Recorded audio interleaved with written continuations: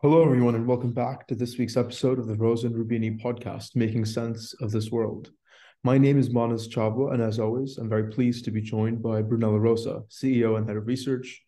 This week, we're taking a deep dive into Chinese politics, looking at China's National People's Congress and the various things that various decisions they're making. Now, it's interesting because lots of these, we tend to, lots of the time, we tend to think about China as this monolithic agency. And so today we're going to try to break down that perception, look at sort of the various kind of moving parts and the different things on the agenda, and what sort of key consequences might have for the political and economic system. But Brunello, why don't you start off by giving us a bit of a bird's eye view? How often does this National People's Congress happen, and does this time's Congress have any particular significance? It's an annual meeting, and this is a version of the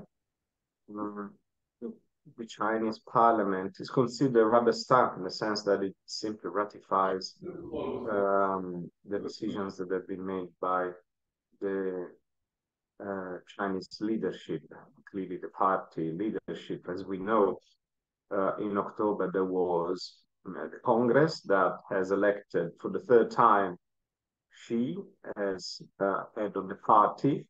And so this Congress has been asked to do a number of things in these occasions, and we'll discuss them. The first and most important at this stage is the re-election of Xi Jinping as president of the republic. So not just party leader, but also president of the republic. That's the first thing that this parliament, call it that way if you want, will have to do. I see. And the second, big decision that's coming up is that of the position of prime minister. And he said we might expect Li Qiang to replace the current one.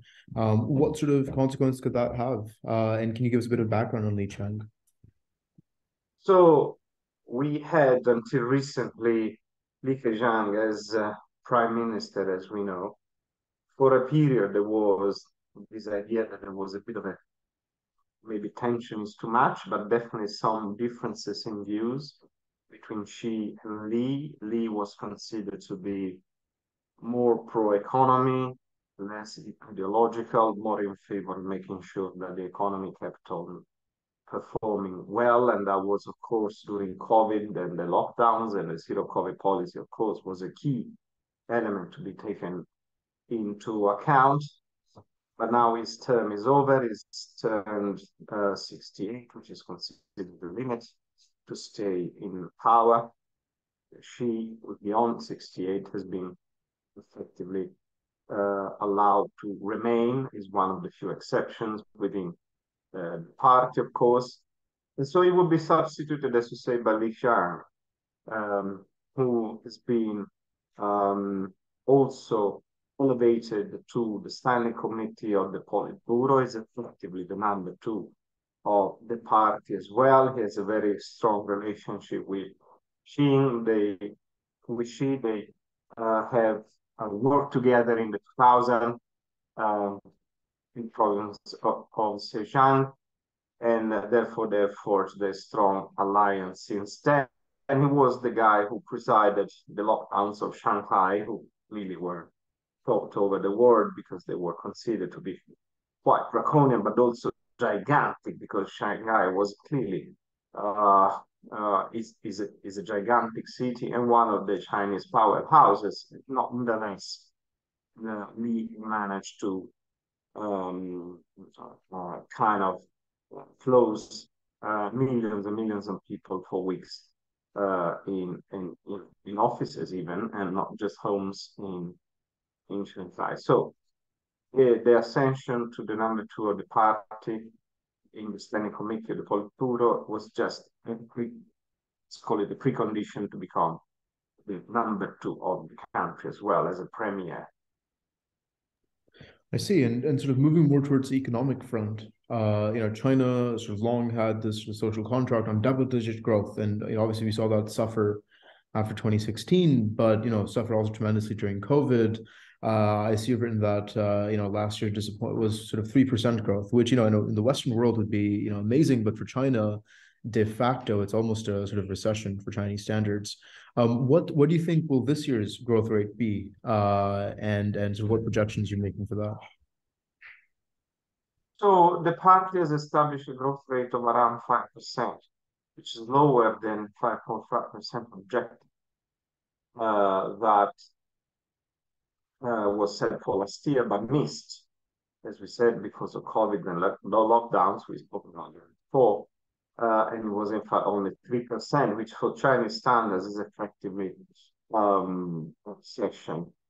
Other important goals, economic goals, is the creation of about 12 million urban jobs, which is still a considerable number, even in such a large population, with an unemployment rate that should not exceed 5.5%.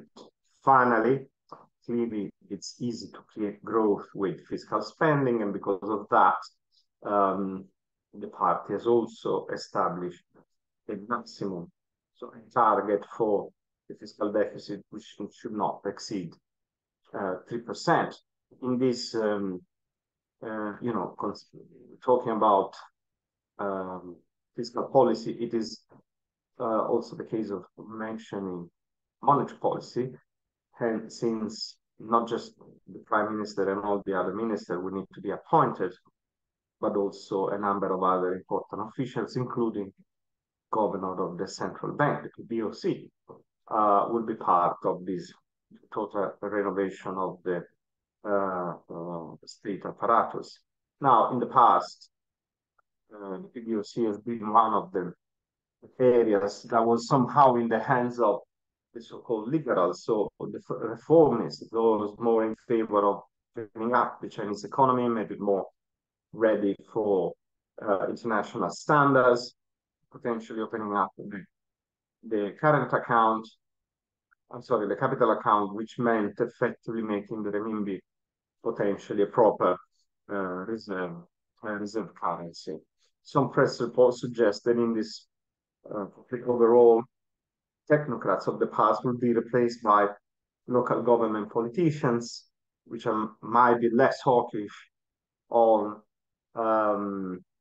against, let's call it financial speculations, something that, as we know, have haunted China for some time, especially in the real estate sector. This has caused endless traumatic events in financial sector of China. We remember the scandal of Evergrande and others. So the risk is that the pendulum shifts back towards a less, let's say, less hawkish positions towards this financial speculation. Hopefully, this will not be totally the case, but some press reports suggest this might actually be the case. I see. And sort of moving towards the military front, we also see some economic decisions being made there, particularly on spending. Where was the spending in 2022? Where is it going to go in 2023? But more importantly, what do you think that reflects for China's sort of expansionist ambitions? And is there anything of concern here?